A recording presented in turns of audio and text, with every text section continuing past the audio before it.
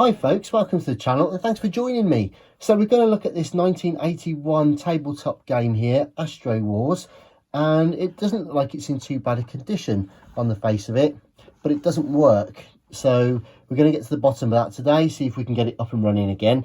Now actually this one, I've got to say, it's in really nice condition. The paintwork's spot on, really is quite clean, and it's got the original sticker there, which is cool.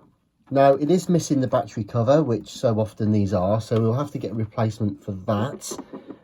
Plus it's missing a screw or two, so I think someone's already been in here and tried to get to the bottom of this unsuccessfully. Hopefully we'll have a bit more luck today.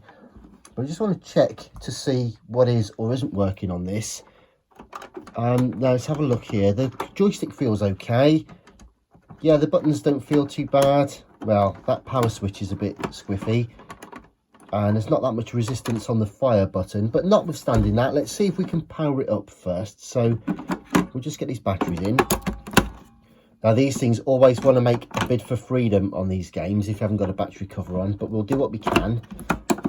Right, so just hold these in and very carefully turn it over and power on.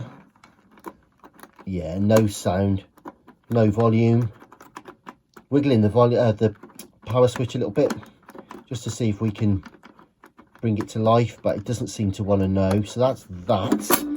Okay, so the next thing we'll do then is try the DC. Now let's have a look. So a negative tip on this, and it's 6 volts of course, so we'll just try this just to make sure we're okay first. And I'm getting what, 5 3/4 volts, so that's good enough for me I think for now. So with that in mind, let's just plug this in and see what happens. Yeah, absolutely nothing, so she's totally dead. So I think the next thing to do then would be to get it open and see inside. Now, as I say, some of the screws are already missing, I think, so there should be about 7, I think, altogether. We'll get these out. Now, this is one of those units where none of the screws actually want to come out. They unscrew but don't want to fall out, so let's give them a little tap. 1, 2... I'm not one for tapping screws if I can help it out, because I don't want to shock anything in there by jolting it, but needs must sometimes. Oh, come on, putting up a fight already. This is where we get the screw out and it flies across the room now. Right, there we go, that's that one. So they're all out except the middle one.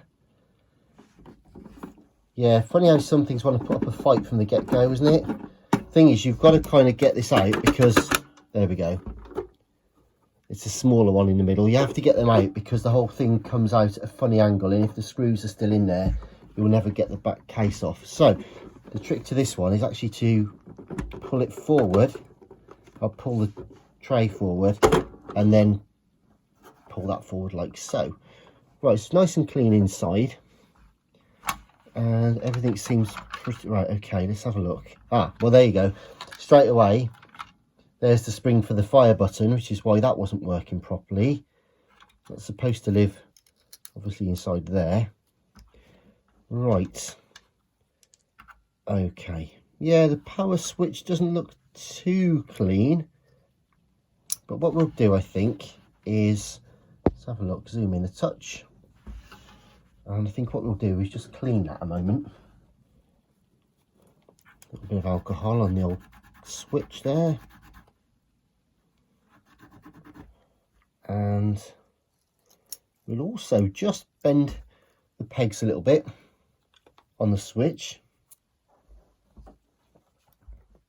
These little leaves, just a tiny bit.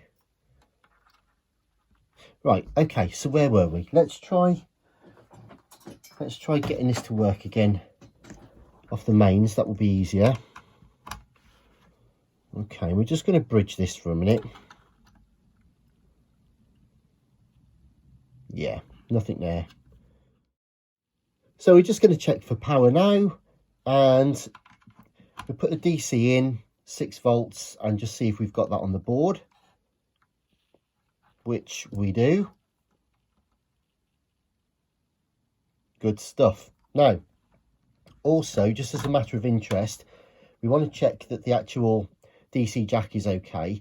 Now, on this one, the batteries run through the jack, so we should get continuity here. Yeah, so ordinarily the power line from the batteries goes through the barrel jack and onto that board there, and then when we plug this one in, it then separates the batteries away, it takes them out of the circuit. So if we just check across the 2 red wires now, yeah, no continuity, so that's okay. So we know that there's power getting to the board, and we know that the jack works and all of that anyway, so that's good. So basically there's something going on the other side of this little display, and also there's no sound and there's no visual either, so it's probably just hopefully just a simple power issue.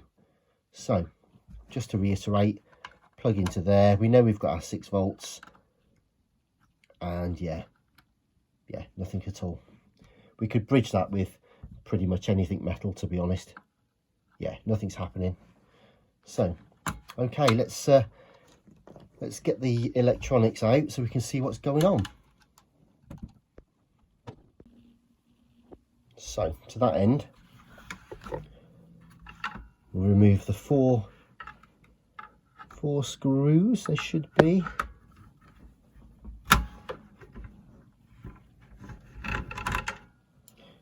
And these will all be the same. Okay. And there's your screen. It looks pretty good. There's no signs of heat damage or burning or warping or anything like that. Rightio then. Okay, well, let's come in for a closer look. So here we are then. What I'm just going to do actually is check that power is getting through a little bit further afield as well. So there's your 6 volts.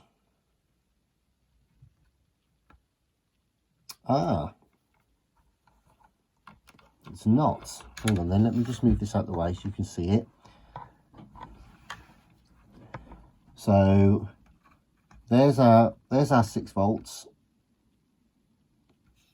and then the 6 volts to there is not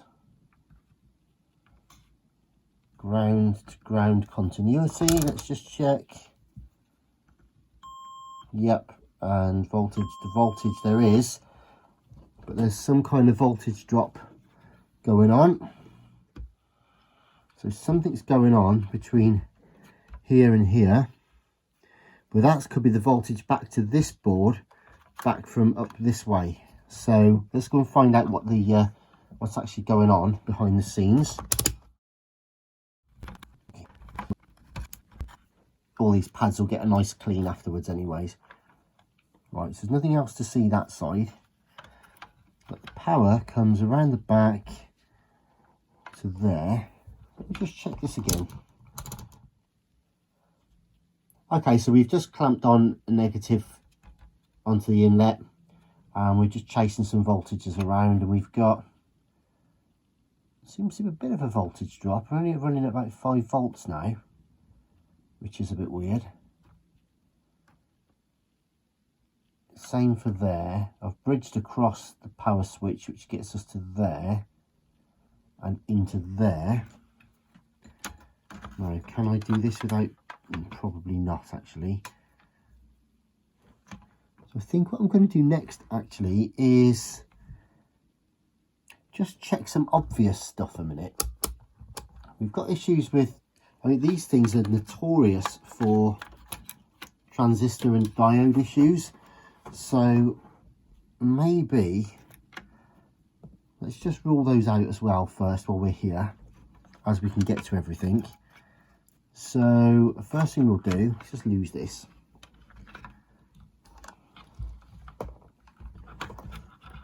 The first thing we'll do is check the power transistor, the D882.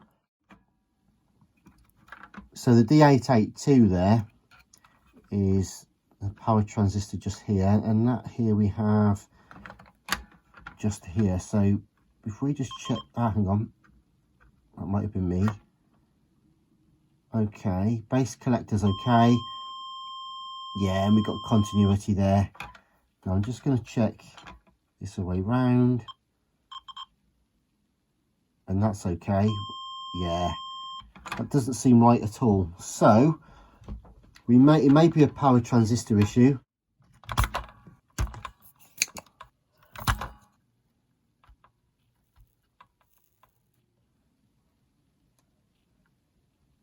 Okay, well there's the D882 out. So we're just testing the transistor that came out, see what it does throw at us. Ah, it's saying a resistor, so yeah, not even a diode. That one's properly had it. There we go then. So we'll go ahead and get the other one in, I think. Let's go and find one. So we'll just get this new transistor in place.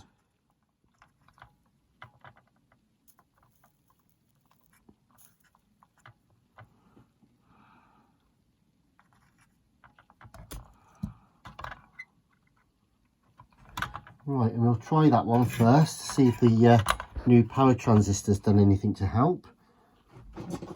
So we'll just plug this in and bridge the power switch. And there it is. Yep. And we've got sound and vision. Perfect. So what I'll do next, I think, is just clean everything down. I'll trim the ends off that transistor that's just been soldered in, and just clean up with some IPA and a bit of tissue. Just clean up the contacts, clean up the pads, get some responsiveness back. And yeah, she's actually in really nice condition overall. There's not much to do, to be honest. Just need to yeah, just give it a quick zhuzh and we'll get it back together.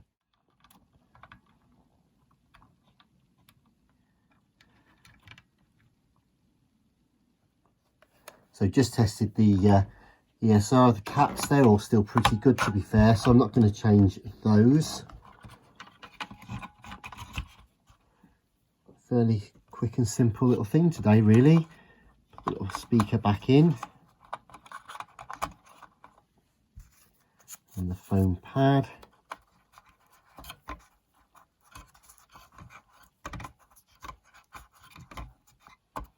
Right, we'll get this this little board screwed back into the right place. Okay, so we'll just give these pads a bit of a clean. Didn't look too bad, to be fair, but there you go. And I think also we'll just do the reverse side of the carbon pads themselves. We'll use a fresh bud for that, I think. Yes, we'll just clean the back of these pads as well. They look okay, but you never know. I mean, you know, it's not been used for a long time. So, of course, it wasn't working when we opened it up. So we had no idea of knowing when it was last used or if it actually, well, how it actually plays, because, of course, it didn't work. So, to that end, we can now get these back on.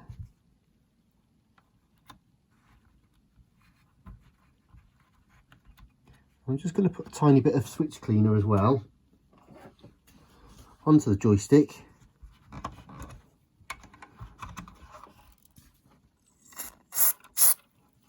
Shouldn't need much. Not as noticeable, of course, as if it were, say, a radio volume switch or something like that, which will be noisy and crackly, but nonetheless you'd still get sluggishness or erratic responsiveness if the switch is dirty. So there we go, that should do that. Good stuff. Just got to be careful not to damage the screen, and not to do these up too tight.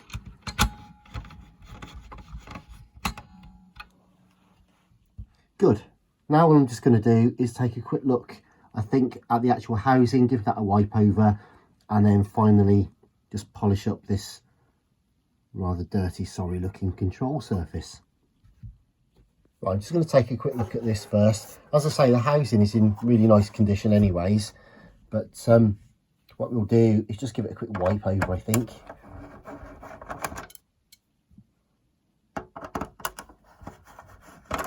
And we'll just use a fairly lint-free cloth. Might actually remove all of this. Now you can take the whole faceplate out as well if you wanted to at this stage, but to be honest, just a very gentle wipe, and it's only going to be the lightest of dust as well. So I'm not even going to use a cleaning compound or anything on there. There we go.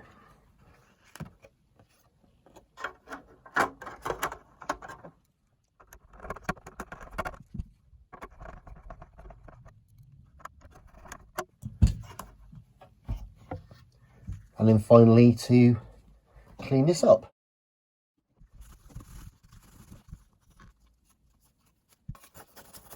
It's got some vinyl and rubber care on there, which will just give it a nice sheen in a moment. Also get some on the switches as well. And the fire button, get that ready to bring years of happiness again to someone.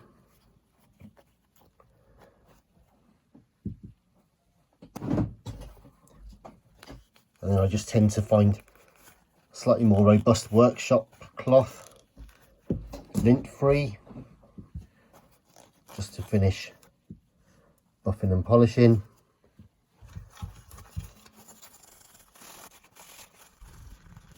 And then it's a case of reassembly. So let's get it back together and take a proper look. Okay, let's see if it works then. So I've just loosely put it back together a moment, but we'll just give it a quick check to see what happens.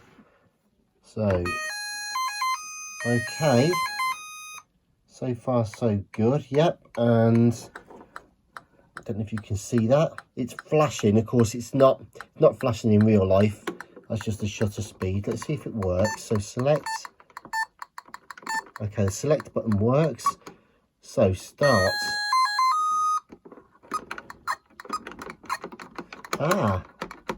Okay, so the fire button works, but the joystick doesn't. It's not working left or right. That's weird. Okay, well, let's get it back open again. Okay, well, that was a bit of a false start, wasn't it? So, bit of a shame. The fire button was really nice. The sound and vision's perfect. The select and start buttons were working nicely. So those pads are great. They've cleaned up nice. Yeah, but no joystick, and we put a bit of switch cleaner in there, didn't we, to hope that we'd actually free it up. But the fact that there's nothing at all left or right means there's going to be some sort of issue, and it's going to have to be a mechanical one, I think. And there's the problem. There's the problem. Yep. Yeah, look at that. The ribbons come away. Okay. I said someone had been in here before, so it's probably a prime example of somebody, and it happens all the time, someone's gone in here that didn't know what they were doing, and inadvertently they've obviously been a bit ham-fisted probably, and actually done more damage than it was worth, because obviously there was a power issue with this before, which is what we've just resolved. But whilst they've had everything out, probably that's probably when they've damaged this, because there's no way that ribbon would have fatigued itself out of there had it not have been moved around needlessly. Now, in fact, we didn't even have to get this out, did we, to fix it? So, all right then. So I'm hopeful that all we need to do, there is a little bit of play.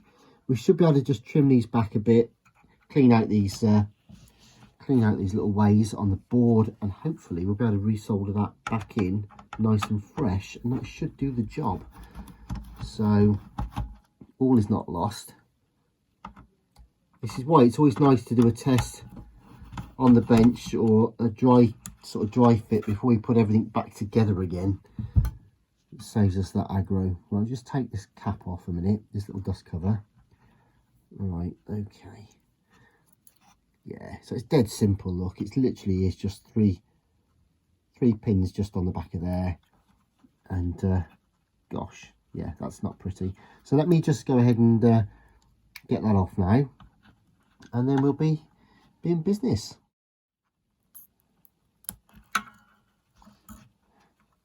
Okay, well there's the board out, and yeah, you can see that one of the wires there is snapped away. So there's not a lot of play in this, I've got to be honest. There's really not a lot of play in this at all, but we'll have to do it. We'll have to make it stretch. We could always run a little jumper, of course, but I don't think we need to. Yep, we'll be okay. So just going to clean up the clean up these contacts real quick on the board, and then we'll go and just trim this back a bit and be ready to resolder it. Yeah, you can see the fibers are actually in there. We'll try and pull them out. There they are. So there's the remnants of the old wire. So yeah, we'll just go ahead and trim back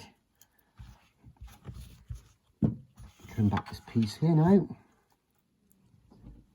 Right, okay, that's the easy bit. Tricky bit's going to get this to go back in.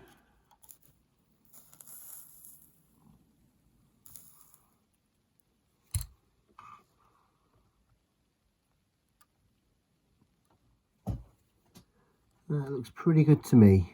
So, in fact, okay, let's do what we should have done in the first place then. So,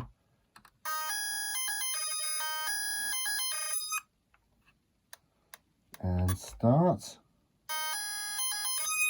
There we go. Right, how are we going to do this? Yep, works. And yep, that works fine. Right, okay, marvellous. So that's okay, left and right now works. I am just going to wedge this speaker in. Now I noticed that was buzzing a bit then, wasn't it? So we'll sort that as well. And yeah, good stuff. Let's get it back together. So there's Astro Wars then. It came in not working at all, either from the batteries or from the DC jack. And there was no battery cover either. The buttons felt rather slack and unresponsive and loose, and the springiness was definitely gone from the fire button. So it was in quite nice condition, I've got to say, actually. Just needed a bit of a wipe and a polish, but obviously if it didn't work, it didn't work. So I had a quick look inside and found out that essentially it was the power transistor that had gone in it, so didn't have any sound or vision there from the VFD screen. So we replaced the transistor, and that has actually got it all working beautifully. Well, I say beautifully, we partially put it back together only to find out the joystick didn't work. So we did clean the joystick, as indeed we cleaned the other controls as well. But we noticed that actually it was someone that had been in there before had managed to strain or snap the actual ribbon cable to the joystick. So that needed to be cut back and resoldered. So we sorted that. And now I believe it works beautifully. Oh, and by the way, we did find a battery cover for it as well, and a few more screws. So hopefully, all being well, here we go.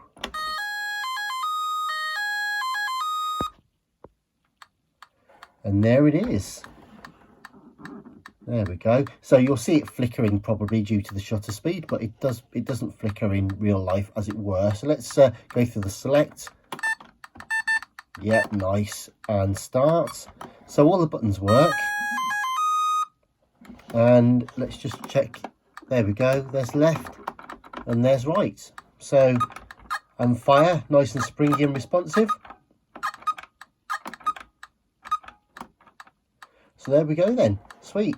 Sorted. So there we go. That's another one rescued, as it were. It didn't work at all, and now it does. So I'll call that a win. Thanks very much for watching. I know it was only a short and sweet video today, but we've got boombox repairs and restorations, 8 tracks, personal stereos, vintage games, all kinds of stuff. So it'd be great to have you on board. So please subscribe and hit the notifications bell for updates, and I'll be back soon. Thanks for watching. Take care and goodbye.